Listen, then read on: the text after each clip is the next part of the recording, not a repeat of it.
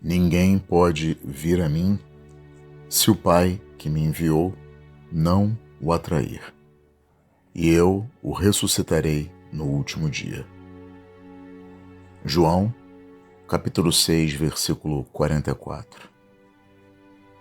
Sabe aquela inquietação estranha que por vezes aparece no meio de um dia comum? Aquele vazio que parece engolir tudo. Mesmo quando se tem comida na mesa, dinheiro no bolso e até um sorriso no rosto. Pois é, essa inquietação pode ser, na verdade, um chamado. Jesus foi muito claro. Ninguém vai a ele se o Pai não o atrair. Deus provoca. Ele é o autor da sede.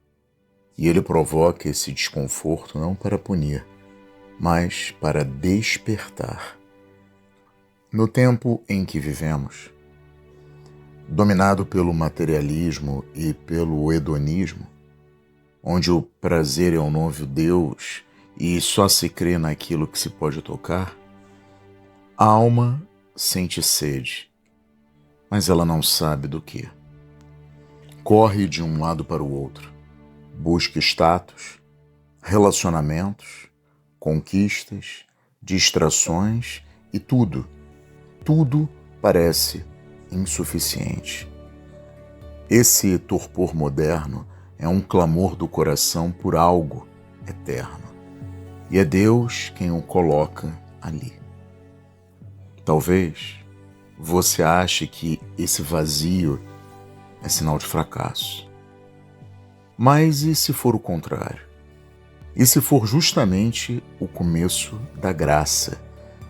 Porque o mundo nos ensina que tudo precisa ser resolvido com velocidade, prazer e visibilidade. Mas Deus age no silêncio, na dor e no incômodo. Quando Deus atrai, Ele não grita, Ele sussurra no meio da angústia, em meio à frustração dos desejos insaciáveis. Ele surge em meio à fadiga do sempre querer mais. Essa sede estranha pode ser a senha secreta que Deus usou para dizer: agora é a sua hora de vir até mim, meu filho. Nisto veio uma mulher samaritana tirar água. Disse-lhe Jesus: dá-me de beber. João, capítulo 4, versículo 7. Jesus está diante de uma mulher em pleno meio-dia, junto ao poço. Então, ele pede: dá-me de beber. Isso parece tão simples, não? Mas há algo místico, velado e profundamente espiritual nesse gesto. Cristo, o Verbo eterno, o Deus encarnado, aquele que é a fonte de toda a vida e naturalmente de toda a água, pede de beber a uma mulher comum. Ele inverte os papéis. Provoca o coração dela com uma necessidade aparente. Mas, na verdade, é ele quem quer saciar. Esse pedido é uma chave. Ele está discretamente entrando em sua alma pela porta do cotidiano. Ele não começa com doutrinas, dogmas ou exigências morais. Ele começa com sede. E essa sede dele esconde a verdadeira sede dela. Quantas vezes Deus também se aproxima de nós com um pedido, uma necessidade humana, uma fragilidade? Quantas vezes Deus inicia um encontro fazendo-se de sedento para nos mostrar a nossa própria sede? Dá-me de beber. O diálogo entre Jesus e a mulher samaritana, baseado nos escritos de Fulton Sheen. Respondeu-lhe Jesus: se conhecesses o dom de Deus e quem é que te diz, dá-me de beber, tu é que lhe pedirias, e ele te daria água viva. Jesus revela, de forma suave, mas firme, que o que está em jogo ali não é a água do poço. Ele está oferecendo um dom, um presente divino, que é chamado de água viva. Essa água, naturalmente, não é física, não se carrega em baldes, nem seca com o tempo. É a vida do Espírito. É o consolo que não acaba, a presença que preenche, a graça que transforma. É o próprio Deus jorrando dentro de nós. É o batismo interior, contínuo, silencioso. Quando ele fala em água viva, está falando de uma fonte que nasce dentro da alma e a sustenta mesmo quando tudo em volta desaba. Mas repare, para recebê-la é preciso reconhecer quem é que te diz. É preciso identificar o Cristo, o dom do Pai, escondido atrás de uma conversa comum. Disse-lhe ela: Senhor, tu não tens balde, e o poço é fundo. De onde, pois, tens essa água viva? És porventura maior que nosso pai Jacó, que nos deu este poço, do qual ele mesmo bebeu, bem como seus filhos e seu gado? João, capítulo 4, versículos 11 e 12. Aqui vemos a mulher ainda presa à lógica do mundo. Ela olha para as mãos vazias de Jesus e pergunta: Tu não tens balde? Quantas vezes também fazemos isso? Deus nos fala de eternidade e nós respondemos com ferramentas. Deus aponta para dentro e nós insistimos em olhar para fora. A mulher não entende porque está raciocinando a partir da realidade material. Ela quer saber de onde ele tiraria essa água, se não tem sequer os instrumentos. Ela ainda não percebeu que quem está diante dela é a própria fonte da vida. Disse-lhe Jesus: Todo o que beber desta água tornará a ter sede, mas quem beber da água que eu lhe der, jamais terá sede. Pelo contrário, a água que eu lhe der tornar-se-á nele uma fonte de água que jorra para a vida eterna. João, capítulo 4, versículos 13 e 14. Jesus agora abre o véu e revela o contraste. A água do poço representa a vida comum, os prazeres, as conquistas humanas, que sempre terminam. Sempre voltamos a ter sede, sempre nos falta algo. Mas a água dele,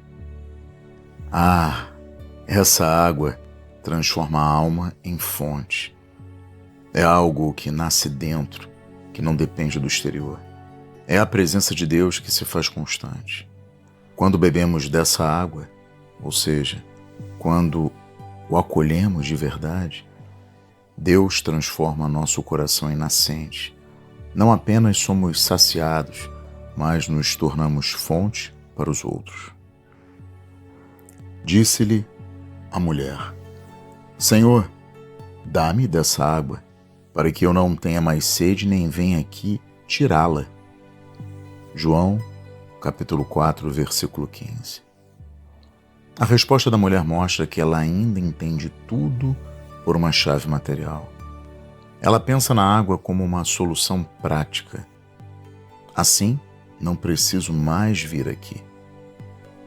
Quantas vezes também buscamos Deus para resolver problemas pontuais, para evitar desconfortos? Ainda não se trata de amor, mas de utilidade. A mulher ainda não viu quem está diante dela, e mesmo assim, Jesus continua. Ele não recua, ele trabalha com paciência os limites daquela mulher, da mesma forma como faz conosco. Disse-lhe Jesus: Vai, chama teu marido e volta aqui.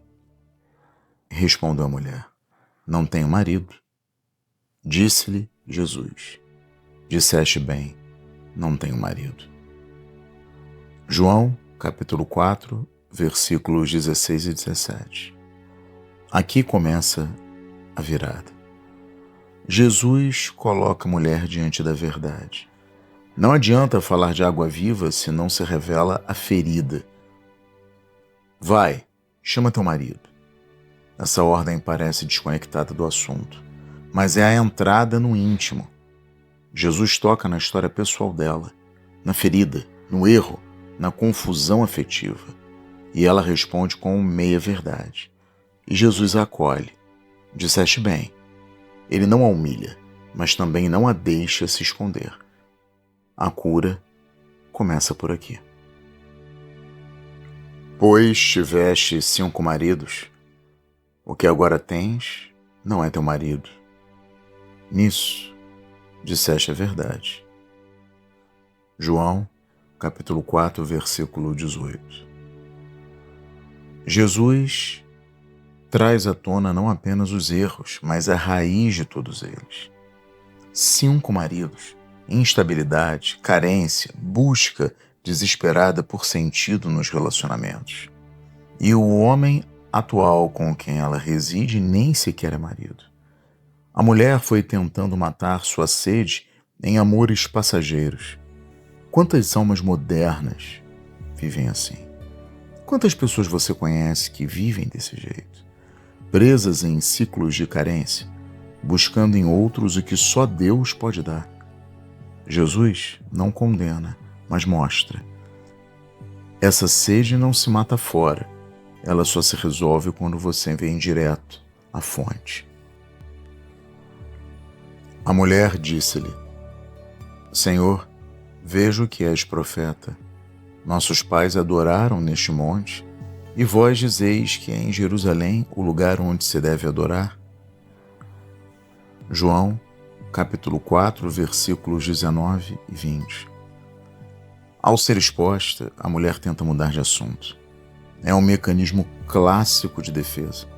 Fugir da luz que revela nossos pecados. Ela entra em discussão teológica, tenta intelectualizar o encontro, mas Jesus não cai na distração.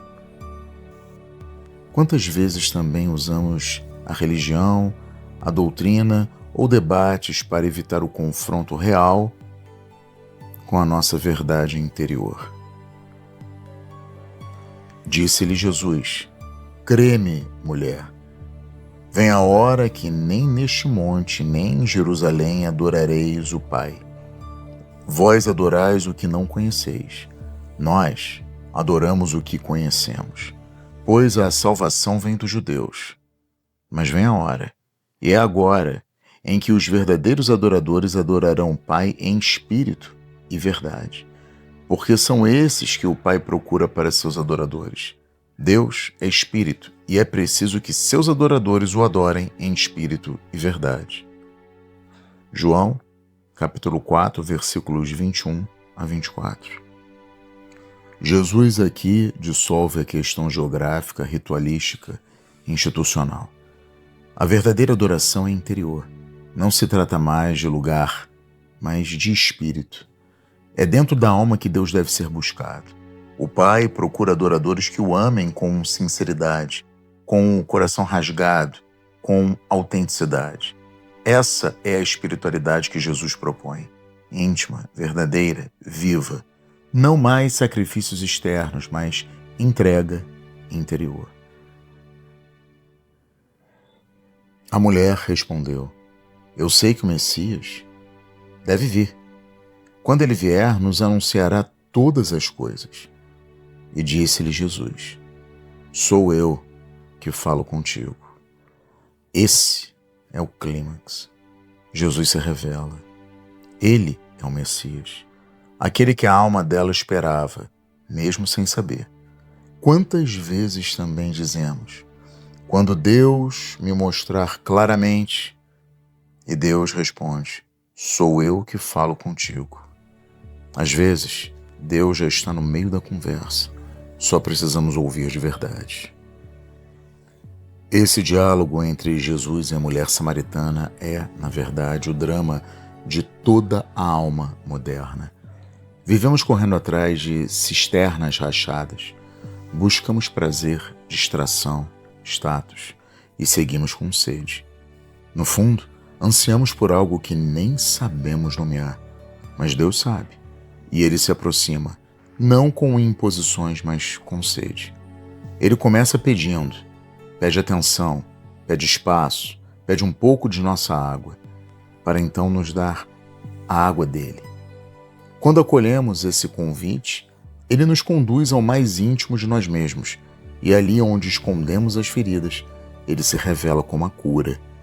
Onde temos sede, ele se revela como fonte. Hoje, essa conversa ainda ecoa.